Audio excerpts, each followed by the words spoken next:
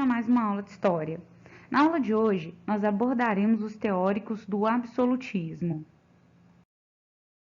Bom, os teóricos que nós abordaremos hoje serão Nicolau Maquiavel, Thomas Hobbes, Jean Bodin e Jacques Bossuet. Nós vamos estudá-los.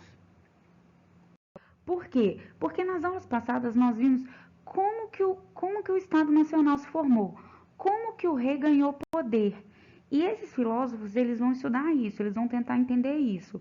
Como que o rei ganhou poder e como que esse poder se concentrou na mão do rei.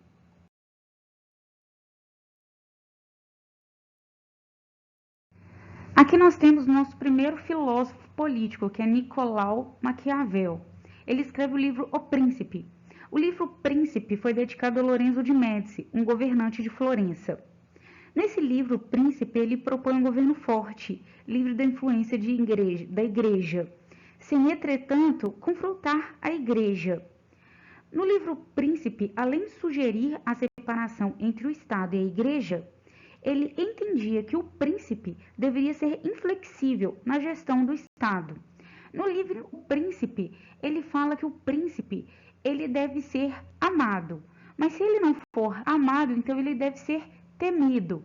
Mas ele fala que o povo tem que respeitar o rei. Nosso próximo filósofo político será Thomas Hobbes. Thomas Hobbes escreveu o livro Leviatã, na obra na qual ele afirma que o homem é o lobo do próprio homem. Ele fala que o homem é o lobo do próprio homem porque, para Thomas Hobbes, o homem ele não dá conta de se autogovernar.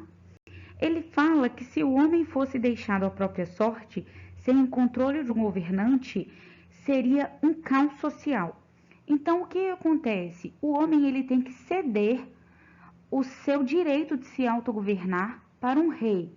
E esse rei ele tem que governar o reino. Ele tem que governar o povo para que esse caos social, essas lutas, essas guerras sem fins não aconteça. Com esse pensamento, o Hobbes vai justificar o poder absoluto do rei como a única forma de promover a paz entre os homens e a segurança dos governados. Aqui nós temos Jean Bodin e Jacques Bossuet. Esses dois filósofos eles têm ideias parecidas.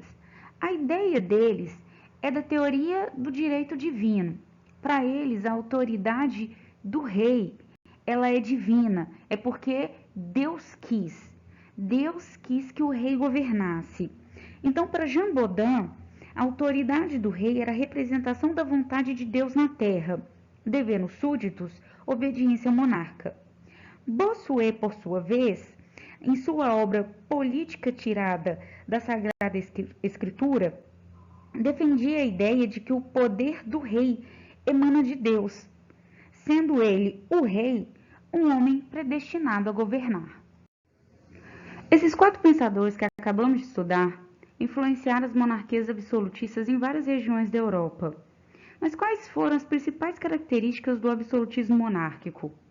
Além da concentração de poder na mão do monarca, o processo histórico está relacionado ao direito romano, uma modernização jurídica, cujas bases foram utilizadas para justificar o poder centralizado na figura do monarca.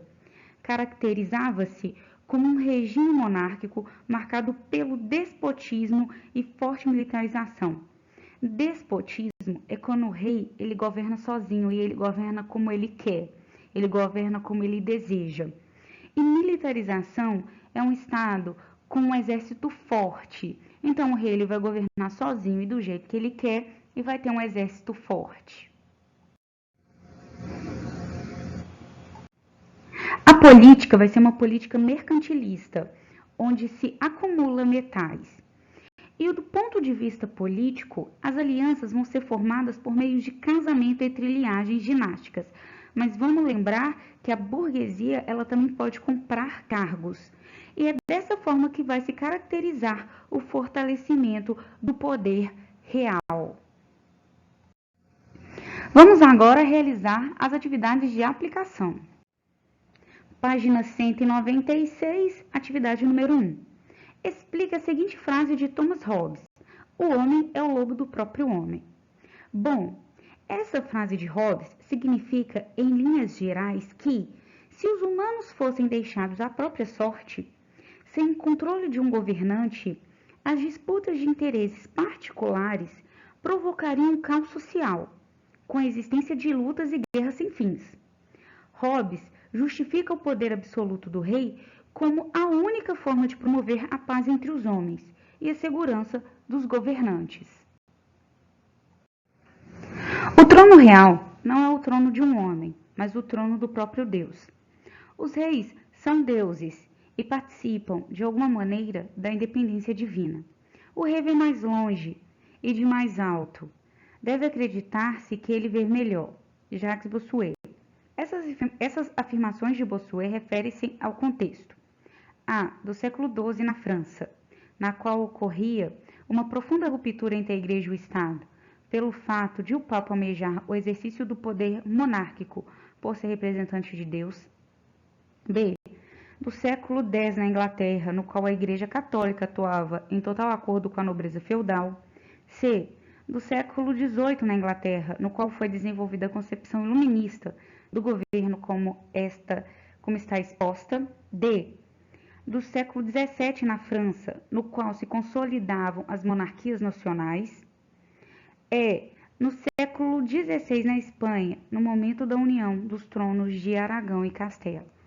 Bom, essa resposta é a letra D, do século XVII na França, no qual se consolidavam as monarquias nacionais. Então, ela é a letra D de dado. Meninos,